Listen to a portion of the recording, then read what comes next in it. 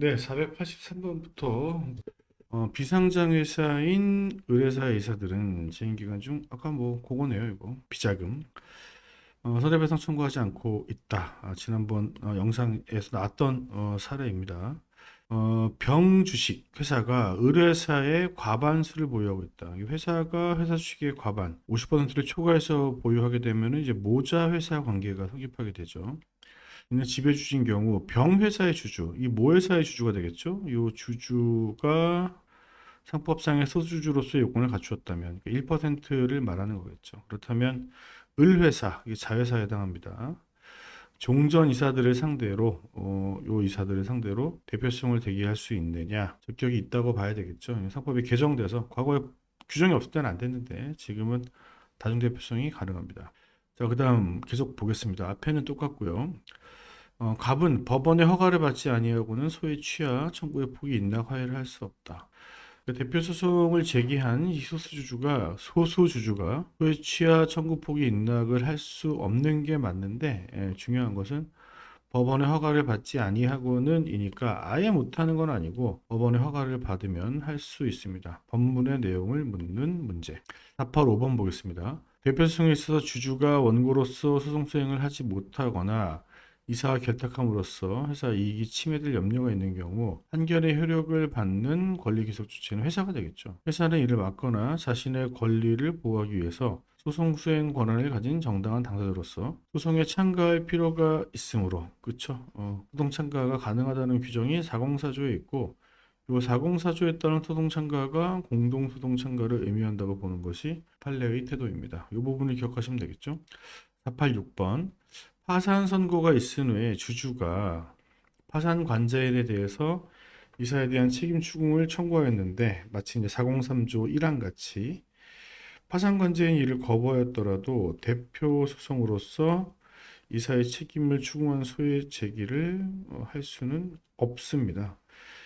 그러니까 뭐 이유는 대표 소송은 회사의 소지기권을 전제로 하는데 파산의 경우에는 회사가 소지기권이 없거든요. 그래서 안 된다고 봅니다. 이것도 기출을 뭐 한 번만 표시했지만 시험에 되게 자주 나왔어요. 그러니까 파산의 경우에 대표 소송이 안 된다고 기억을 해주시면 될 것 같습니다. 그 다음 소를 제기한 주주가 패소한 때에는 악의인 경우 외에는 회사에 대해서 손해를 배상할 책임이 없다. 중요한 표현은 이거죠. 악의인 경우에만 책임이 있는 겁니다. 그러니까 악의인 경우 외에는 배상할 책임이 없다.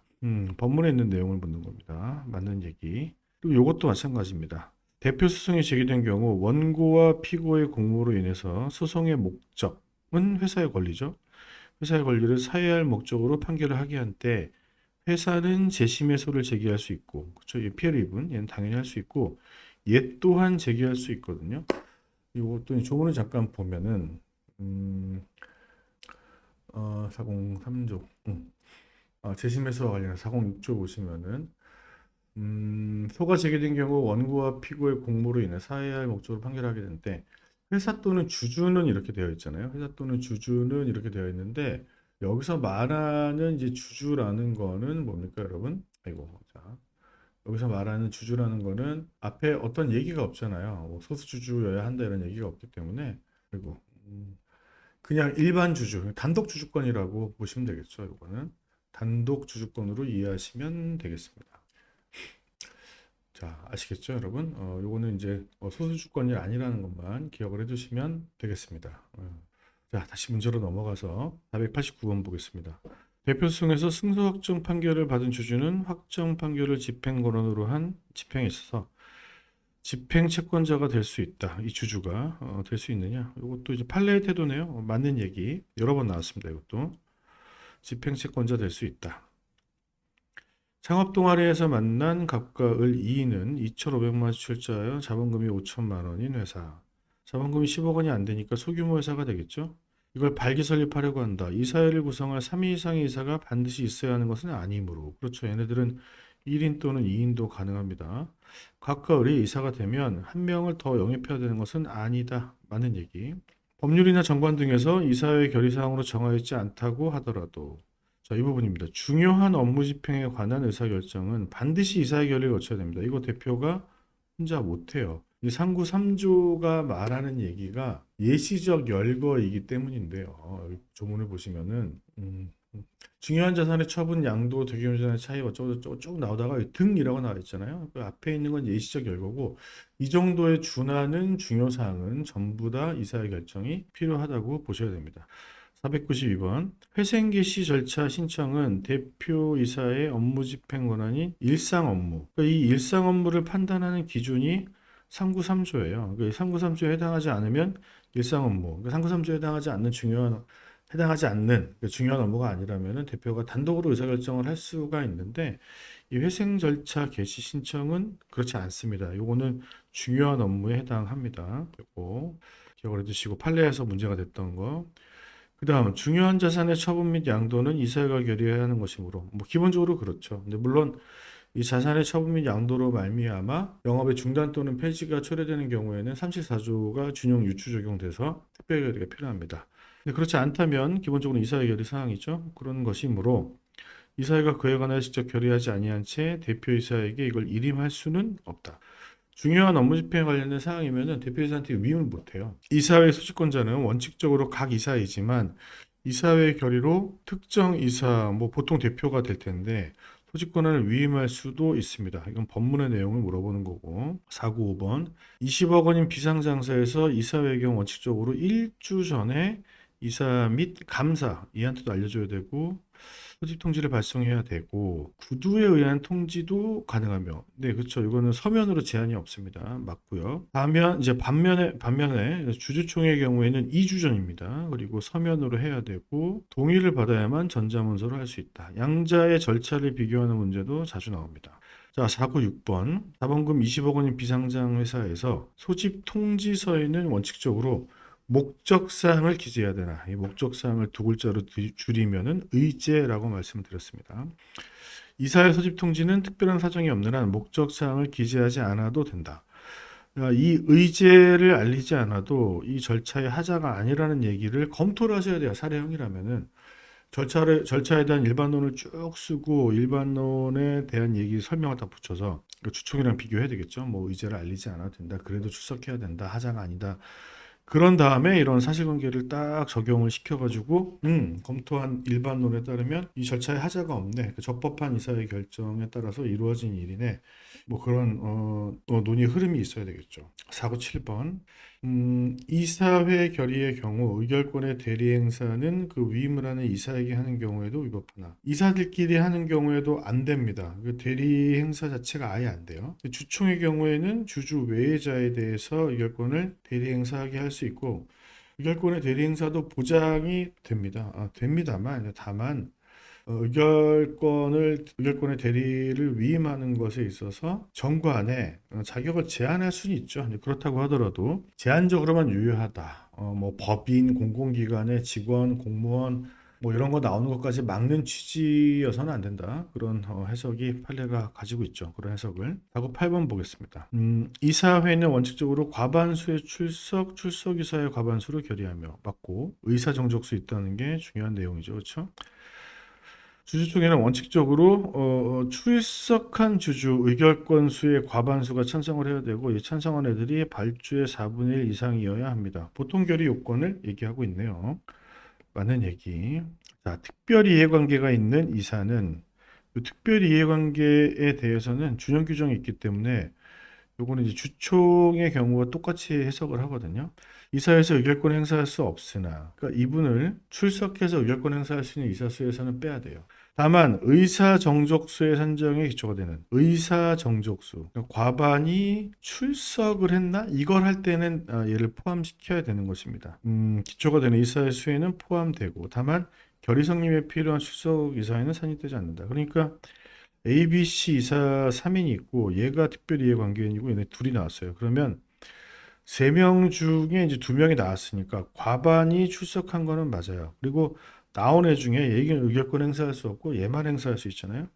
그래서 B가 찬성을 했다면 의결권 행사할 수 있는 한 명 중에 한 명이 찬성한 거니까 출석한 이사의 100%가 찬성을 하게 되는 결과가 됩니다. 500번 이사회는 정관이 정하는 바에 따라 위원회를 설치할 수 있다. 그렇죠. 정관 규정이 있어야 됩니다. 할 수도 있다. 기본적으로는 뭐 하고 말고는 회사 마음이죠. 물론 대규모 상장사의 경우에 예외가 있지만, 자, 이 경우 비상장회사의 주식회사위원회는 감사위원회를 제외하고는 2인 이상, 요 감사위원회는 3인 이상입니다. 그리고 이사회를 구성하되 위원회위원은 사회이사가 아니어도 된다. 그런 제한도 없어요. 감사위원회에는 사회이사에 대한 제한이 있지만 여기는 없다는 거. 일반적인 위원회는 없습니다. 자, 비상장회사인 주식회사가 감사위원회를 설치하는 경우, 감사 대신에 요거를 둘 수도 있죠. 감사위원회 위원회 해임에 관한 것은 이사총수의 3분의 2. 제가 3분의 2로 결의요건이 가중되는 게 3개라고 그랬어요. 3개. 1번, 2번, 3번. 이게 3번이고, 1번은 뭐였습니까? 기회유용 승인, 2번은 자기거래 승인. 이렇게 세 가지만 3분의 2입니다. 자, 502번. 이사회의 위원회 결의는 전체 이사회 결의로 확정되지 않아도 효력이 있습니다. 근데 물론 이 위원회 결의를 이사회에 보고하기 때문에 이사회가 이걸 뒤집을 수는 있어요. 재결정이 가능합니다. 하지만 이제 뭐 확정된 위원회 결정을 다시 한번 뭐 이사회에서 컨펌을 받아야 효력이 있는 것은 아닙니다. 그리고 재결정이 가능하지만 감사위원회의 결정은 뒤집을 수 없다는 거. 자, 이사회 결의로서 대표이사직에서 해임된 사람이 이사회 결의가 있은 후에 개최된 유효한 주주총회 결의에 의해서 이사직에서도 잘렸어요. 물론 이 앞단에 일이 없어도 얘가 주총회에서 이사에서 잘리게 되면은 대표이사의 전제자격으로서 이사의 지위를 잃어버리게 되면 대표이사에서도 잘리죠. 자, 그런데 특별한 사정이 없는 한 대표이사 해임에 관한 이사회 결의, 이건 이사회에서 결정한 거죠. 이게 하자가 있다고 하더라도 그 결의의 부존재나 무효 확인을 구하는 것은 이익이 없죠. 왜냐하면 주주총회에서 어차피 적법한 주주총회에서 이사의 지위를 날려버렸기 때문에. 자, 이사회 결의 무효 확인에 소해서 승소 판결을 선고받고 확정되었다고 하더라도 대세효는 인정되지 않는다. 그렇죠. 이건 이유는 명문의 규정이 없기 때문에 그래요. 그 주총 결의 하자 등과 같이 대세효가 있다고 말하는 규정이 없기 때문에. 자, 이사회 결의가 존재한다고 볼 수 없을 정도의 중대한 하자가 있다고 하더라도 부존재 확인에 서로 다툴 수는 없고, 하자의 경중, 유형을 불문하고 이사회 결의 무효 확인 요것만 가능합니다. 그래서 명문의 규정이 없기 때문에. 자, 506번. 이사의 경우에는 이사 개인이 타인에게 출석과 의결권을 위임할 수 없으므로 맞습니다. 이에 위배된 이사의 결의는 원칙적으로 무효가 된다. 그렇죠. 이것도 무효 사유가 됩니다. 소송이 이거 하나밖에 없기 때문에. 그럼 설명이야 그렇게 할 수 있겠지만 다툴 수 있는 방법은 무효 확인 소송밖에 없다. 507번. 정관에서 달리 정하지 아니하는 한 이사의 일부가 직접 회의에 출석하지 않고 모든 이사가 음성을 동시에 송수신, 이게 중요한 표현이거든요. 하는 원격 통신 수단에 의해서 이사회 결의를 할 수가 있다. 원래 요 이전에는 영상이 있었는데 영상이 삭제된 거예요. 그래서 이걸 물어보는 겁니다. 개정이 된 내용을 뭐 과거에 개정이 된 것이지만 요것만 해도 되냐라는 것입니다. 그리고 정관에 달리 정하지 아니하는 한. 508번. 비상장회사의 경우 회사는 주식 매 선택권을 행사하는 자에게 자기 주식을 교부할 수도 있다. 주식 매 선택권, 즉 스톡옵션 행사할 때 신주를 주는 방식도 있고 자기 주식을 주는 방식을 선택할 수도 있습니다. 자, 509번. 회사는 정관으로 정하는 바에 따라 정관 규정 물론 있어야 되고요. 그리고 주주총회의 특별결의입니다. 특별결의로 회사의 설립, 경영, 기술 혁신 등에 기여하거나 기여할 수 있는 회사의 이자, 집행유 뭐 어쩌고 저쩌고 이분들에게, 열심히 한 분들에게 미리 정한 가액, 행사 가액이 되는 거죠. 미리 정한 가액으로 신주를 인수하거나 자기의 주식을 매수할 수 있는 매수선택권을 부여할 수 있다. 형식적인 요건으로 정관 규정이 있어야 되고 특별 결의로 해야 됩니다. 더불어서 요게 있고 요게 있다고 하더라도 이 결의를 통해서 매수선택권을 갖는 사람과 회사 사이에 주식 매수 선택권의 부여 계약을 체결함으로써 실제로 이 권리가 생기게 되는 거죠. 특정인에게 부여되는 주식 매수 선택권의 구체적인 내용은 물론 여기서 정한 바에 따라 결정을 하고 이 결정에 따라서 정해지는 것이지만 이 구체적인 내용은 무튼 그 계약을 통해서 정해지므로 그게 부여 계약이죠. 부여 계약. 부여받은 자는 계약에서 주어진 조건에 따라 계약에서 정한 기간 내에 행사할 수 있다. 물론 얘네들의 내용이 이걸 벗어나면 안 되겠죠. 이걸 벗어나면 안 되지만 기본적으로 계약의 내용에 따른다. 이건 맞는 얘기죠. 주식매 선택권은 이를 부여하기로 하는 총회 결의일로부터 2년 이상 재임 재직해야 행사할 수 있다. 명문의 규정이거든요. 그러니까 부여 계약을 체결하고 이 계약 내용에 뭐 특별한 얘기가 있을 수도 있고 없을 수도 있지만 법에서 정하는 바는 총회 결의일로부터 2년 이상 재임재직. 그 예를 들면 이 날이 2년째 되는 날이야. 그러면 이 날로부터 뭐 언제까지 종기는 그러니까 이제 언제까지 행사해야 된다는 얘기는 계약에서 정해야 됩니다. 이건 뭐 법의 내용이 없기 때문에. 근데 2년 이상 재임재직한 이후 시기에 대한 얘기는 법에 있기 때문에 시기 이 내용을 기억하셔야 되겠습니다. 2년 이상 재임재직. 행사의 종기. 여기 있네요. 정관에 부여에 관한 특별결의일로부터 2년 이상 재임취직한 날로부터 5년 이내, 그러니까 이게 끝나는 날이잖아요. 행사할 수 있다라고 얼마든지 정할 수 있습니다. 그리고 이 매선택권을 부여받은 사람의 지위, 회사를 떠났느냐 안 떠났느냐에 따라서 뭐 이거 종기에 대한 차등을 두고 하는 것도 전부 다 사적 자치의 영역이기 때문에 다 가능하다는 것을 기억하셔야 됩니다. 이건 판례의 태도죠, 판례. 행사의 시기입니다. 행사 기간 종료 시까지 행사되지 않은 주식매수 사건은 소멸한 것으로 간주한다. 다만 경과기간이 2년이 지난 후에 퇴직한 경우에는 그러니까 아까 말한 얘기인데 시기가 지나고 나서 그만뒀어요. 뭐 그만두게 돼버리면은 아까는 뭐 요거랑 이제 연결시켜 보면 5년 이내면 꽤 긴데 둔 분들은 퇴직일로부터 3개월 이내 되게 짧아. 뭐 이렇게 해도 상관이 없냐? 그것도 상관이 없다고 보고 있습니다. 회사 입장에서는 지금 회사 소속이 아닌 분과의 차등을 들 수가 있고 법률에 이거에 대한 특별한 얘기가 없기 때문에 충분히 가능하다 이렇게 보고 있습니다. 자, 주식 매수 선택권은 형성권입니다. 그렇죠. 형성권인 건 맞아요. 회사의 승낙을 요하지 아니하나 권리 행사로 바로 주주가 되는 것은 아니고 납부는 하긴 해야 되죠. 신주 교부 방법에 따르는 경우 납입금 보관 은행에 전액을 납입한 날, 요거 중요한 표현입니다.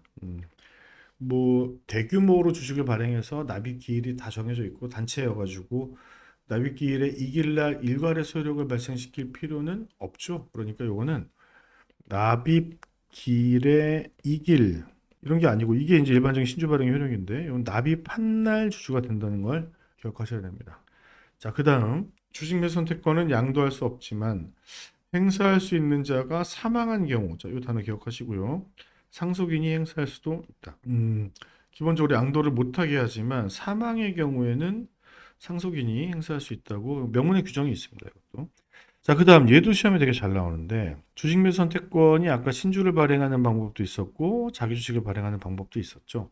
교부하는 방법도 있었죠. 자기 주식을. 그건 발행이 아니니까. 신주를 발행하는 경우 부여일을 기준으로 합니다. 요거는 바뀌지 않아요. 부여일 기준으로 하고 실질과액과 권면액, 액면가 중 높은 금액 이상으로 한다는 거 요거 기억해 두시기 바랍니다. 법문의 내용. 비상장에서는 주식매수 선택권을 부여할 때 부여에 따라 발행할 신주 또는 양도할 자기주식의 수를 발주의 100분의 10, 100분의 10을 초과할 수 없다로 되어 있습니다. 100분의 10이라는 숫자를 기억하시고 그리고 더불어서 상장사 규정도 한번 볼까요? 상장사 특례 여기 보시면은 주식매수 선택권이 있는데 요거는 이제 부여할 수 있는 자를 좀 넓혀놨어요. 상장사의 경우에는 관계회사의 이사 등으로 넓혀놨다는 것이고 그리고 단서는 이 최대 주주 등 이 주식매수 선택권에 대한 결격 사유를 또 추가해놨고 3, 4공조의 이 사망에도 불구하고 이게 100분의 10일 거란 말이에요. 100분의 10을 초과할 수 없다라고 되어 있죠. 우리는 이렇게 안 하고 100분의 20의 범위 내에서 이게 이제 범위고요. 최대치를 정하는 거고 시행령으로 정하는 한도까지 할 수가 있다. 100분의 20이라고 되어 있고 요 이항에 대해서는 시행령에서 100분의 15로 현재 정해놨어요. 그리고 사망에 보시면은 요거 주주총회 특별결의가 필요하잖아. 1항 보시면은 정관의 규정을 두고 주주총회 특별결의로 주주총회 결의로 434조의 결의로 부여할 수 있다고 되어 있는데 그럼에도 불구하고 100분의 10의 범위 내에서 시행령으로 정하면 한도면은 이렇게 3천억 원을 기준으로 100분의 1, 100분의 3 이렇게 나누고 이사회가 결정함으로써 부여할 수 있다. 그러니까 여기서 이제 여러분들이 기억해야 되는 건 정확한 숫자보다는 상장사의 경우에는 정관으로 정하는 바에 따라 100분의 10의 범위 내에서 이사회가 주식매수 선택권을 부여하도록 할 수 있다. 그리고 이문, 이 경우 부여한 후 처음으로 소집되는 총회에서 사후 승인을 받아야 된다는 내용, 그런 내용도 있다는 것을 꼭 기억해 두시기 바랍니다. 자, 그 다음에 이제 대표이사인데요. 이 대표이사는 다음 영상으로 같이 만나 뵙도록 하겠습니다. 네, 고생하셨습니다.